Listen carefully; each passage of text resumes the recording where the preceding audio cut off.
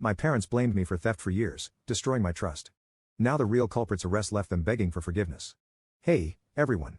This is something that happened to me years ago. But guess what? My family decided to drag it back into the spotlight recently, so here I'm putting it out there. I've been sitting on this story for so long, and, honestly, I still don't even know how to process it. Alright. So here's the deal. I'm 23 now, but this story starts when I was 15.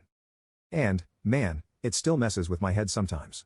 I'm the middle child, sandwiched between my older sister, Sarah, and my younger brother, Liam. Sarah was 17 at the time, always doing the right thing type.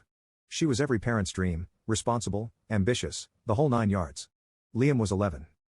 And as the youngest, he was the golden child. He could do no wrong in their eyes, always getting a free pass on everything.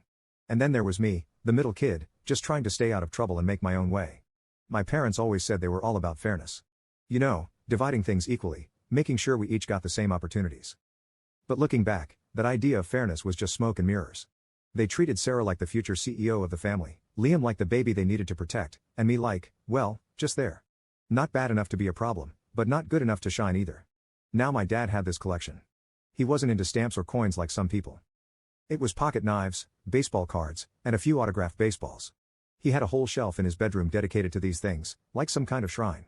He'd tell stories about where each item came from, how much effort he put into getting them, or what they were worth. It wasn't my thing, but hey. He loved it.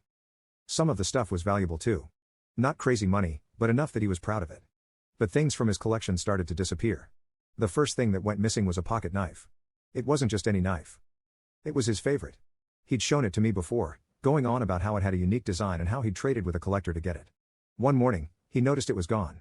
At first, it was just a mild annoyance. He thought he misplaced it or maybe left it somewhere. But then, a week later, one of his baseball cards disappeared, and then another knife. It didn't take long for him to start getting suspicious. He asked all of us about it. Me, Sarah, and Liam. I didn't think much of it at first because, honestly, why would I care? I told him straight up, I haven't seen it. Sarah and Liam said the same, but something about the way he looked at me felt off, like he didn't believe me. Then came the day everything changed. He found one of his missing knives in my room. I'll never forget it. He barged in, holding the knife like it was evidence in a courtroom. Why is this in here? He demanded. I just froze. I had no clue how it got there. I told him, I don't know. It's not mine. But he wasn't buying it. Don't play dumb, he said. This is my knife. What's it doing in your room? From that moment on, I was under a microscope. Every time something went missing, it was automatically my fault. It didn't matter what I said or how much I denied it. They'd already made up their minds. The thing is, I genuinely had no idea how that knife got there. To this day, I don't know if Liam planted it or if it somehow ended up there by accident, but that didn't matter to my parents. To them, the fact that it was in my room was all the proof they needed. And it wasn't just my parents. They started talking about it with the rest of the family. My grandparents, aunts, uncles, cousins, everyone knew. Every time we had a family gathering, it felt like I was under a spotlight. People made comments, sometimes subtle, sometimes not. My uncle once said, better keep an eye on your wallet around him, and laugh like it was a joke. My grandma would give me these looks like she couldn't believe I'd turned out this way. At school, things weren't much better.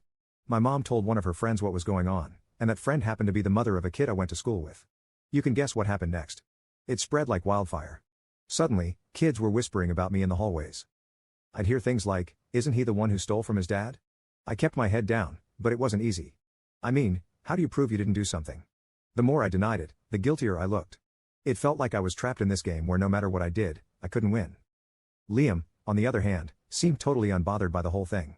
He was always in the background, playing his games, doing his homework, acting like the innocent kid he was supposed to be.